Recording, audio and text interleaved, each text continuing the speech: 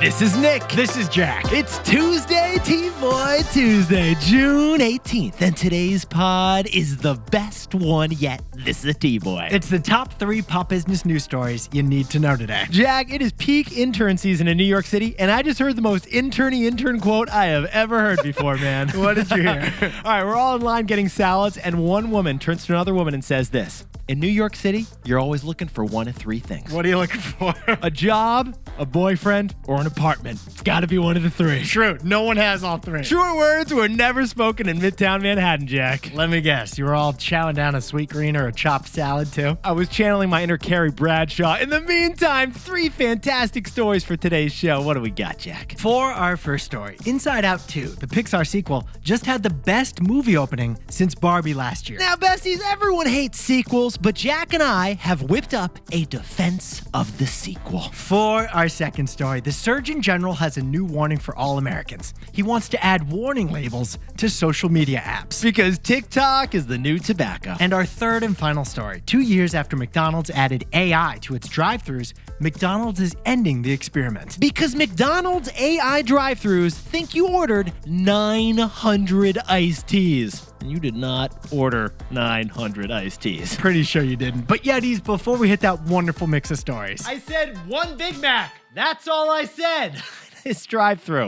1863. That's when President Lincoln signed the Emancipation Proclamation. And declared that all enslaved people in America were free. 1865. It took 2 years for that emancipation news to reach every last American. 2 years for the final enslaved people in America to find out that they were now free. That date, June 19th, 1865, is why we all have the Juneteenth federal holiday tomorrow. That is why we got Juneteenth tomorrow. But that Juneteenth liberation, 159 years ago, it didn't fix everything. No, it didn't, because it wasn't until 1964 and 1965 that we got the Civil Rights Act and the Voting Act. Making it illegal to discriminate based on race, religion, and gender in this country. And it wasn't until a few years after that when redlining was ended. Making it illegal to prevent home ownership based on your race. And it wasn't until 2021 that Juneteenth became a national holiday. It's been celebrated for decades by Black Americans, but now Juneteenth, since 3 years ago, is our 11th federal holiday. Now, Yetis, we know what you're thinking. 159 years of progress, that feels kind of slow. And it also feels anything but perfect. But besties, never forget the very first line of our American Constitution. We, the people of the United States, in order to form a more perfect union. A more perfect union. Not a perfect union. A more perfect union. Because we don't think perfect is a state. We think perfect is actually a direction. So Yetis, enjoy tomorrow's holiday. The stock market and government are all closed. And this podcast is off too. Nick and I are going to be celebrating Juneteenth. And we'll be hoping our country continues to bend in the right direction. But first, let's hit our 3 fantastic stories. 15 years before this song, 2 boys from the Northeast met in a dorm. They had an idea that caused a cultural storm. It's the best one yet, but the best is the norm. Jack, Nick, that's it. I don't even think they need to practice. 50%, that's a fat tip. TBOY City on your at-list. If you know, you know, cause we ready to go. We can't wait no more, so just start the show. Start the show. Start the show. For our first story, Inside Out 2 just had the best box office opening weekend since Barbenheimer. Some people complain about too many sequels in Hollywood. Yes, they do. But this story is in defense of the sequel. Yes, it is. What do we got, Jack? Yetis, a lot of us struggle to talk about emotions. Yeah, we know what you're thinking. This is going to be another therapy ad, but it's actually not another therapy ad, is it, Jack? Nick and I started talking about emotions after we saw Disney's Inside Out in 2015. Inside Out, it was Pixar's animated movie about emotions. Every feeling you have is a character in the movie. There was joy, there was fear, there was anger, there was jealousy. Oh! And they were all inside the head of a little child from San Francisco. And now, Jack and I both watched Inside Out a few times, and we loved it. We enjoyed it. It's like a gateway movie to therapy. That is exactly what it is. But here's the news, Yetis. Nearly 10 years after Inside Out 1,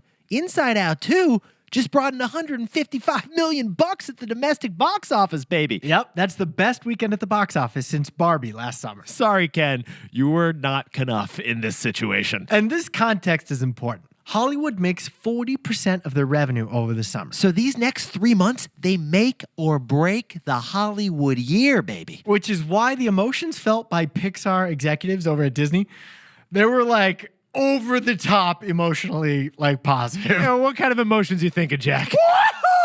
Happy, euphoric, woohoo. We kind of ran out of synonyms, Yetis. Whip out the thesaurus. What we're trying to say is that Inside Out 2 just kind of saved Pixar. And the reason we find that so fascinating is because Pixar is going through a midlife crisis. Yetis. Back in 1995, Pixar invented the computer animated movie. Buzz Lightyear disrupted Snow White. But Pixar just turned 30 years old.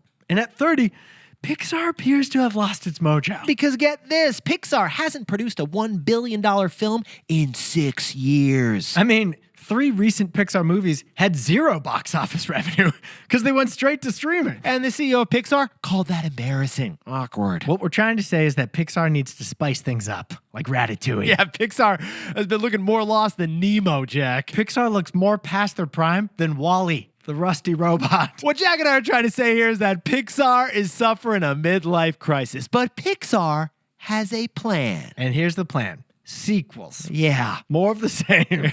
More sequels. And then sequels to those sequels. In and Out 2, Incredibles 3, Toy Story 5. Yeah, they're all coming. Jack, do you hear what the plot of Toy Story 6 is? Oh, what is it, dude? Andy is so old, he lives in Boca Raton, Florida, and he plays shuffleboard with Woody. I would totally watch that. Now, Yetis, we know what you're thinking over there. Everyone hates sequels and everyone hates prequels. Many rue sequels as the death of originality in Hollywood and in film. But Jack and I want to pause the pod for a second because we want to defend the sequel. Yeah, we do. And we came up with the whole theory why. So, Jack, what's the takeaway for our buddies over at Disney? Sequels are economically efficient because of the orange juice theory. The orange juice theory. Yetis, content, it is like a fruit. It takes time to grow and nourish that fruit before it's consumed. Movies, shows, any creative product is the juice of that fruit. And the way we see it, sequels are the extra juice in that fruit. You got to squeeze all the juice out of that orange. What we're saying is if you don't create sequels, then you're wasting the fruit that you worked so hard on to create that first movie. Jack, it's just like tossing out a half-squeezed orange. Not making a sequel is a creative waste. And clearly, we consumers want sequels. All anyone is talking about right now is 2 big sequels. House of Dragon Season 2 on HBO and Inside Out #2 in the theaters. Now, of course, sequels can be dragged out too far. Like over-squeezing a fruit, it starts to just taste like a rind. And at a certain point, too many sequels, and you're like, it's kind of bitter. I don't like the taste of that. But the success of Disney's In and Out 2 shows the virtue in producing a sequel. The value in fully squeezing the whole orange, not wasting the fruit. For our second story, America's top doctor thinks social media is so bad for you, they should add a warning label like cigarettes and alcohol. This story holds a lesson. Don't let perfect be the enemy of the good. Jack, let's kick off this story by talking newspapers. Can you whip up the definition of an op-ed page, please, man? Well, I think it stands for opposite the editorial page. It gets a little confusing. But an op-ed is a way for opinionated people to publish their opinions for the public. Perfect timing, because a uniformed officer and Surgeon General of the United States just wrote an op-ed piece for the New York Times, and it was the most shared article of the day. Here was the title. Why I'm calling for a warning label on social media platforms. Sit down, stand up, and Zuck is freaking out right now, Jack. What Dr. Vivek H. Murthy is calling for is dramatic. It is dramatic because what our Surgeon General is describing is that every time you open up Instagram, TikTok, Snapchat, or Facebook, you would see a warning pop up like a big scary bubble. And the warning would say something like this. Social media is associated with significant mental health harms for adolescents. Interesting explanation. And where have we seen that before exactly, man? Alcohol and cigarettes, not mental health harms for adolescents, but health harms. Yeah, just like we remind people every time they pick up a pack of cigarettes or head over to the bar and grab a big bottle off the shelf. Our Surgeon General wants to remind people of the negative downsides every time we use social media. The digital equivalent of a smoking causes cancer sticker, but slapped onto your Instagram app. Now, that'd be really annoying if we had to click out of that bubble every 38 times we open these apps every day. I'm pretty sure we're all like, yeah, I know this is bad for me, but I'm on my way to the bathroom, and what else am I going to do, Jack? But our Surgeon General says we still must do this. But with kids, it's just different, isn't it, Jack? The data shows we're letting kids harm themselves with like buttons on social media. In fact, Dr. Murthy, our Surgeon General, jumped in TBOY style and cited 3 sets of painful facts when it comes to social media. Here's the first one. Adolescents between 10 and 19 years old in the United States spend 4.8 hours on average on social media apps. That's a lot of time. And those who spend more than 3 hours a day, they double their risk of depression and anxiety. That's a lot of stress. And nearly half of the adolescents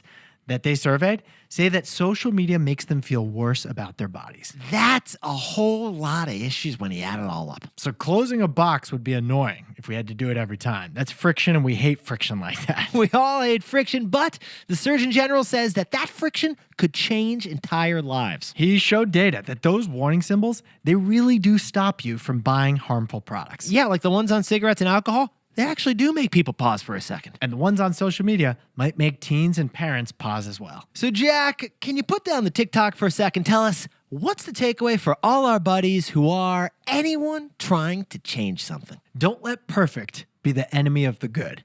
Yetis, the Surgeon General, he actually doesn't think a warning label is far enough. He's actually advocated for other changes to social media too. He says that we should ban addictive features, shield young people from abusive content, and protect their digital privacy online. So instead, he's offering something easier to pass. Here's his words on why.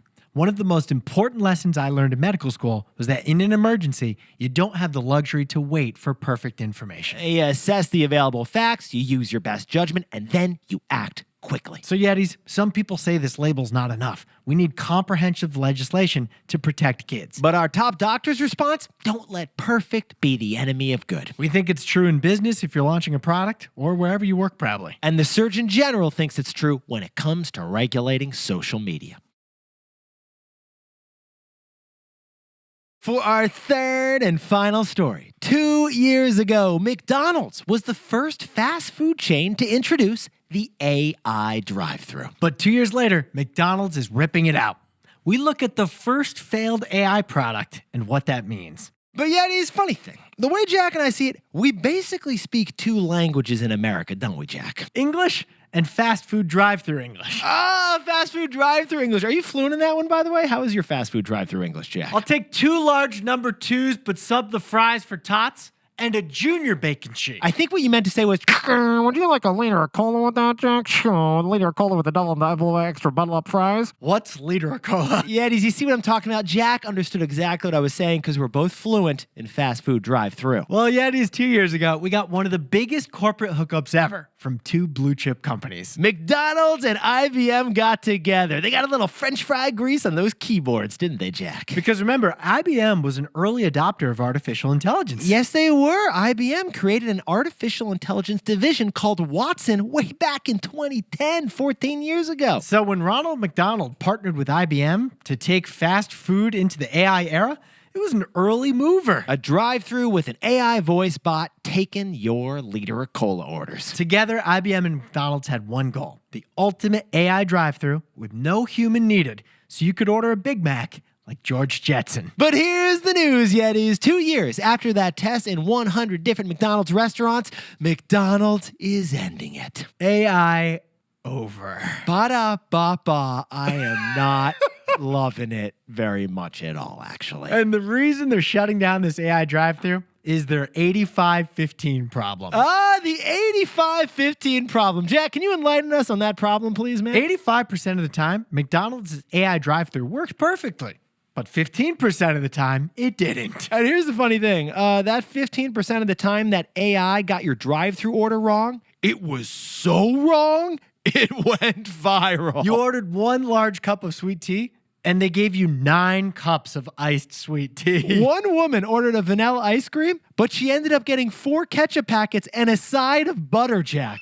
I can't believe a person would hand a customer 4 ketchup packets and a side of butter. Okay, pause the pod for a sec. Besides, you can get butter at McDonald's? I actually didn't even realize that, Jack. True, I didn't know that was an ingredient. Good to know we can now get that on the side and on the Happy Meal. Yetis, according to a psychological study from Stanford University, there is a reason for this 85-15 problem over at McDonald's. It's such a big problem because we consumers are more likely to remember negative experiences than we do positive ones. Yeah, what Jack's saying is like, no one cares if they got you the right nugget order 600 times in a row. The issue is that one time when they gave you 600 nuggets by accident, Yeah. that dominates your memory of that restaurant. Why is there butter on the nuggets, man? But Yetis, this isn't the end of AI drive-thru at McDonald's. No, it isn't, Jack. Good point. McDonald's said they're going to look for another vendor after this IBM deal's over. Maybe AI wasn't the problem after all. Maybe it was IBM's AI that was the problem for Ronald. The next time you complain to a bot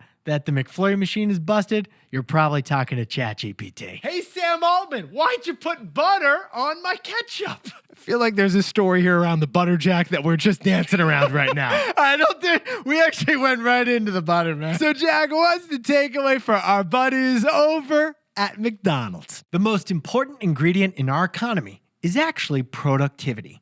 Yetis, for every technological breakthrough in history, there has been an increase in productivity. Productivity, an economic term for the amount of stuff that we can make per one human worker. Jack and I jumped in TBOY style from the printing press to the personal computer. Every innovation has helped us do more with the same number of people. Until 20 years ago.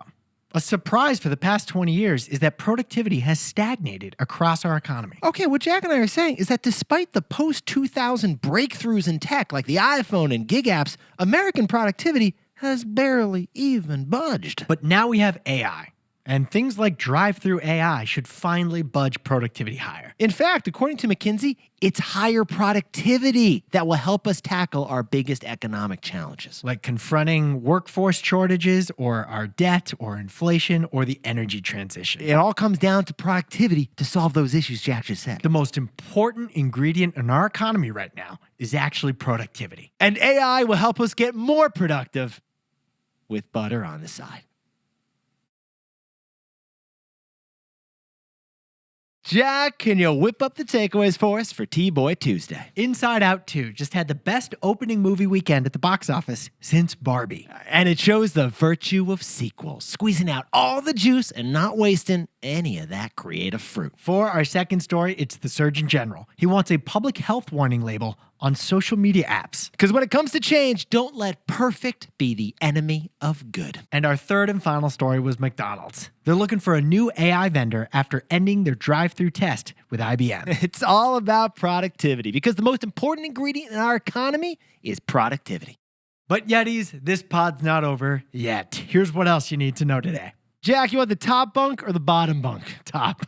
Okay, because first, sales of RVs are up for the first time in years, and that is a positive sign for our economy. Winnebago, a publicly traded company, is enjoying booming sales for the first time since the start of the pandemic, when you were visiting Yellowstone. Now, after the pandemic, sales slowed down a little bit because everyone already bought like 2 Winnebagos. But sales growth has returned to normal, which is a good sign for consumer confidence. And that's why Jack's getting the top bunk. And second, New York's Transportation Department has a new strategy for fundraising. Selling street signs. After the congestion pricing scheme that they were going to launch got canceled last week, New York City needs new funds for public transportation. So if you happen to live on 3rd Avenue and 93rd Street, you can buy a 3rd Avenue or a 93rd Street sign. And the proceeds go to the New York City Transportation Department. Christopher Street, home of Stonewall Inn, that was the first one. On sale now. And finally, Miles Astre just won a major photography contest for his photo of a flamingo. But here's the wild part, Yetis. That contest was for AI images, and his photo was a real image. That's right. A human intelligence snuck into a contest for artificial intelligence. Yeah, Miles was disqualified after his realness was revealed, but he did it on purpose to prove a point. The point is that humans are still superior to computers. And apparently a little bit clever than those judges, Jack. Now, time for the best fact yet. This one whipped up by David Avito from lovely New Jersey. First, Nick and I are huge fans of inanimate objects having names. We do like names and we like inanimate objects. That's true, Jack. Like boats are always named. I've named both of my cars. They're named Rosie and Yeti. And Jack, rocks even have names, like Plymouth Rock. That's a rock. They got a True. name, not too shabby. That's a good calling. But did you know that the former bird logo of Twitter, that little blue bird, it had a name? Yeah, The former blue bird logo of Twitter was actually named Larry. And it's named after legendary basketball player Larry Bird. Larry the Bird. If you know, well, now you know. Well, now you know. Yetis, you look fantastic for TBOY Tuesday. And if you haven't yet, click to follow us so that you get TBOY every single day. Except for tomorrow, because it's Juneteenth. Nick and I will see you back here on Thursday. Yeah, have a fantastic Wednesday off with Juneteenth, Yetis, and Jack and I will see you for the new Friday.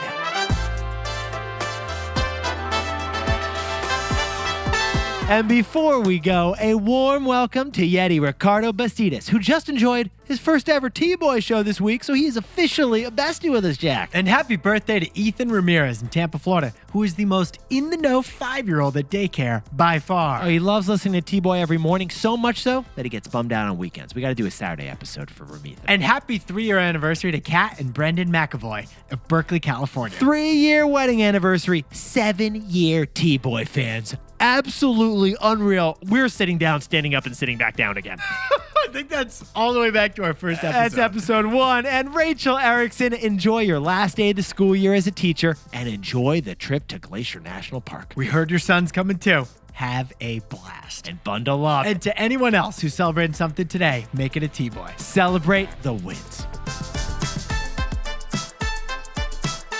This is Jack. I own stock of Disney.